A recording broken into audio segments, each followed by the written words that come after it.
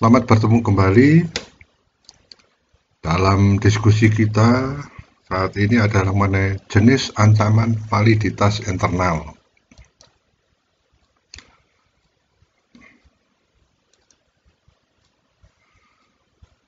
Validitas internal adalah ukuran seberapa baik suatu penelitian dilakukan, ya, strukturnya, dan seberapa akurat hasilnya mencerminkan kelompok yang diteliti. Validitas eksternal berkaitan dengan seberapa aplikatif temuan tersebut di dunia nyata. Kedua konsep ini membantu peneliti mengukur apakah hasil penelitian dapat dipercaya dan bermakna. Validitas internal, kesimpulan diperlukan. Kita juga harus bisa mengontrol variabel asing. Nah, seperti sudah kita diskusikan lalu, pada saat yang lalu, apa itu variabel asing, tolong direview kembali. Menghilangkan penjelasan alternatif. Nah, kemudian yang tidak kalah penting adalah fokus pada akurasi dan metode penelitian yang kuat. Validitas eksternal. Temuan dapat digeneralisasikan, ya, hasil berlaku pada situasi praktis. Kemudian yang ketiga, hasil yang diperoleh berlaku di seluruh dunia. Wah, ini agak susah juga ya, karena berhubungan dengan jurnal internasional. Yang keempat, hasil dapat diterjemahkan ke dalam konteks yang lain. Apa validitas internal dalam penelitian? Apa itu validitas internal? Validitas internal adalah sejauh mana suatu penelitian menghasilkan hubungan sebab akibat yang dapat dipercaya. Jenis validitas ini sangat bergantung pada prosedur penelitian dan seberapa teliti penelitian tersebut dilakukan. Validitas internal penting karena sekali ditetapkan, hal ini memungkinkan untuk menghilangkan penjelasan alternatif atas suatu temuan. Jika Anda menerapkan program berhenti merokok, misalnya, validitas internal memastikan bahwa kemajuan apapun pada subjek disebabkan oleh pengobatan yang diberikan dan bukan karena hal lain. Validitas internal bukanlah konsep ya atau tidak. Sebaliknya, peneliti mempertimbangkan seberapa yakin peneliti terhadap temuan penelitian berdasarkan apakah penelitian tersebut menghindari jebakan yang mungkin membuat temuan tersebut dipertanyakan. Semakin kecil peluang terjadinya kerancuan,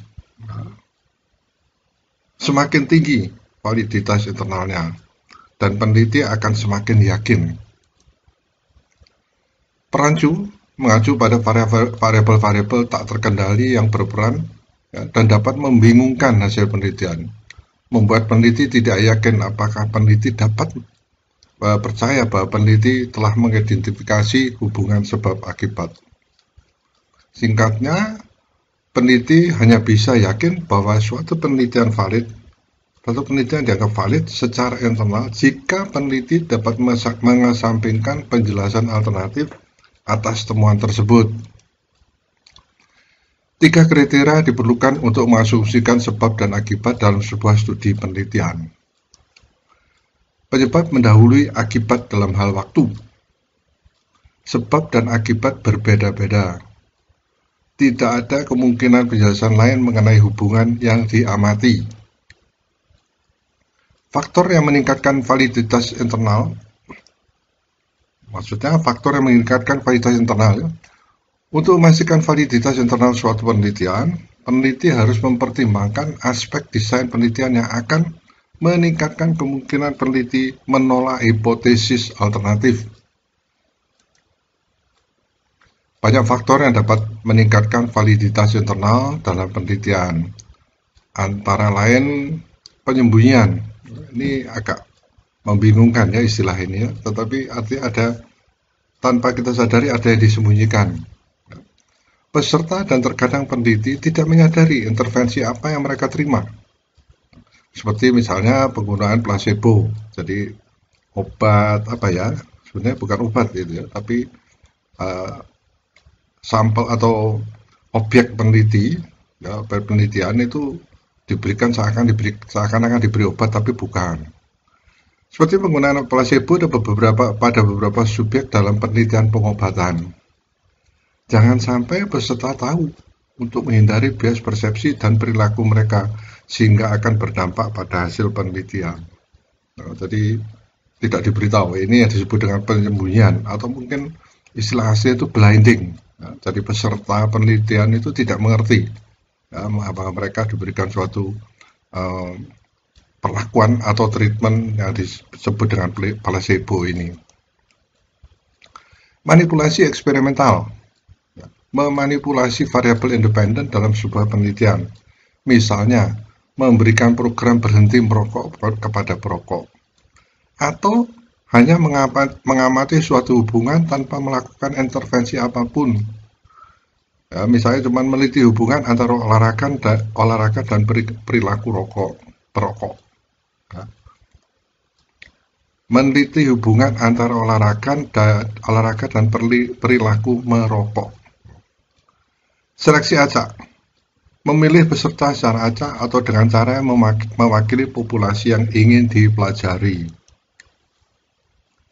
Pengacaan atau penugasan acak, menugaskan peserta secara acak ke dalam kelompok perilaku dan kontrol, memastikan bahwa tidak ada bias sistematis di antara kelompok penelitian. Protokol penelitian yang ketat, mengikuti prosedur khusus selama penelitian agar tidak menimbulkan efek yang tidak diinginkan. Misalnya, melakukan sesuatu secara berbeda dengan satu kelompok peserta penelitian dibandingkan dengan yang peneliti lakukan pada kelompok yang lain. Ancaman validitas internal. Sebagaimana terdapat banyak cara untuk memastikan validitas internal, ya, terdapat juga daftar potensi ancaman yang harus dipertimbangkan ketika merencanakan sebuah penelitian. Pengurangan atau mengundurkan diri. Ya, peserta yang jadi topik ya, atau peserta yang menjadi objek penelitian itu ada yang keluar ya, atau keluar dari studi, yang berarti bahwa hasil didasarkan pada sampel bias yang hanya terdiri dari orang-orang yang tidak milih untuk keluar atau mundur ya. Dan mungkin semuanya memiliki kesamaan seperti motivasi yang lebih tinggi. Perancu ya, confounding ya, situasi di mana perubahan dalam suatu variabel hasil dapat dianggap disebabkan oleh beberapa jenis variabel luar yang tidak diukur atau dimanipulasi dalam penelitian. Difusi. Hal ini menunjuk pada hasil perpindahan suatu kelompok ke kelompok lain melalui kelompok yang tidak berinteraksi dan berbicara atau mengamati satu sama lain.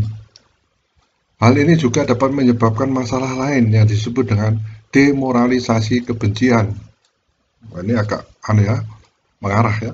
Yang mana kelompok kontrol berusaha kurang keras karena mereka merasa kesal terhadap kelompok tempat mereka berada. Nah, ini harus diberikan contoh sebenarnya. Bias pelaku eksperimen. Seorang pelaku eksperimen berperilaku berbeda dengan kelompok berbeda dalam sebuah penelitian yang dapat mempengaruhi hasil dan dihilangkan melalui penyembunyian ya, artinya dihilangkan, disesuaikan ya. Orang sering mengatakan dimanipulasi ya. Tapi kita harus berhati-hati dalam diskusi kita yang lalu, bagaimana kita melakukan misalnya penyembunyian atau menghapus data. Harus punya alasan yang kuat dan yakin bahwa data itu bisa dihapus. Peristiwa sejarah dapat mempengaruhi hasil penelitian yang terjadi selama periode waktu tertentu, seperti pergantian pemimpin politik atau bencana alam yang terjadi, sehingga mempengaruhi perasaan dan tindakan peserta penelitian. Instrumentasi, ini pernah kita diskusikan di kesempatan yang lain ya, tolong direview.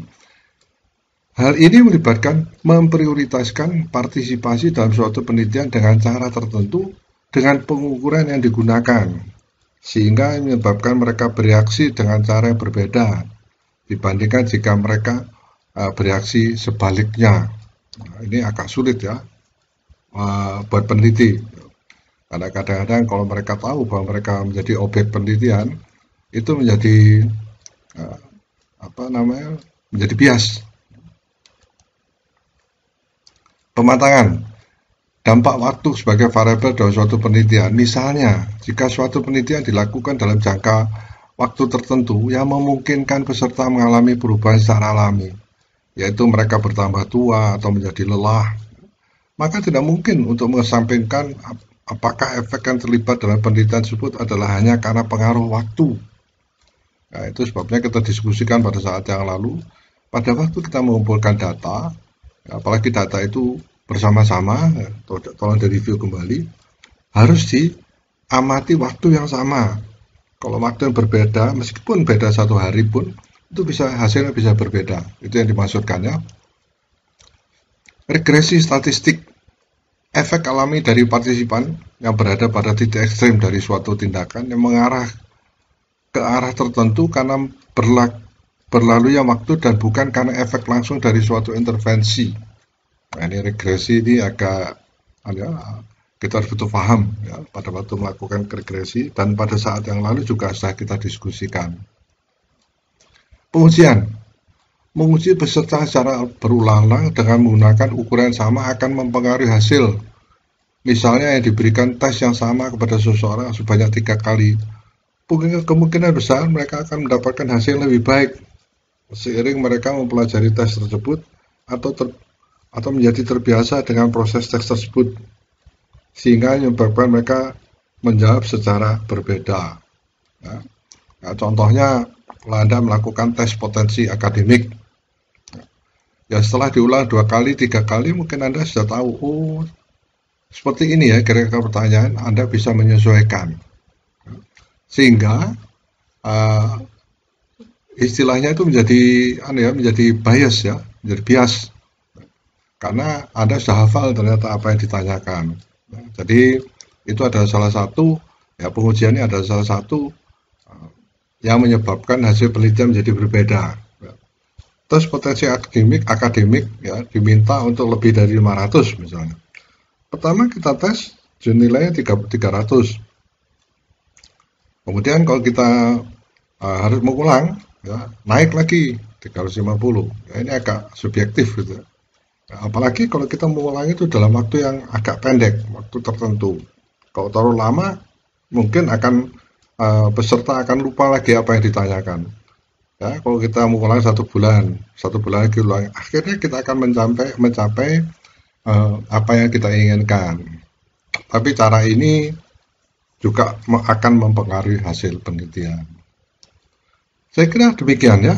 Berarti inilah sedikit mengenai dan masih banyak sebenarnya. Tapi ini poin-poin ini saya ambil ya sesuai dengan apa yang nanti mungkin akan Anda hadapi.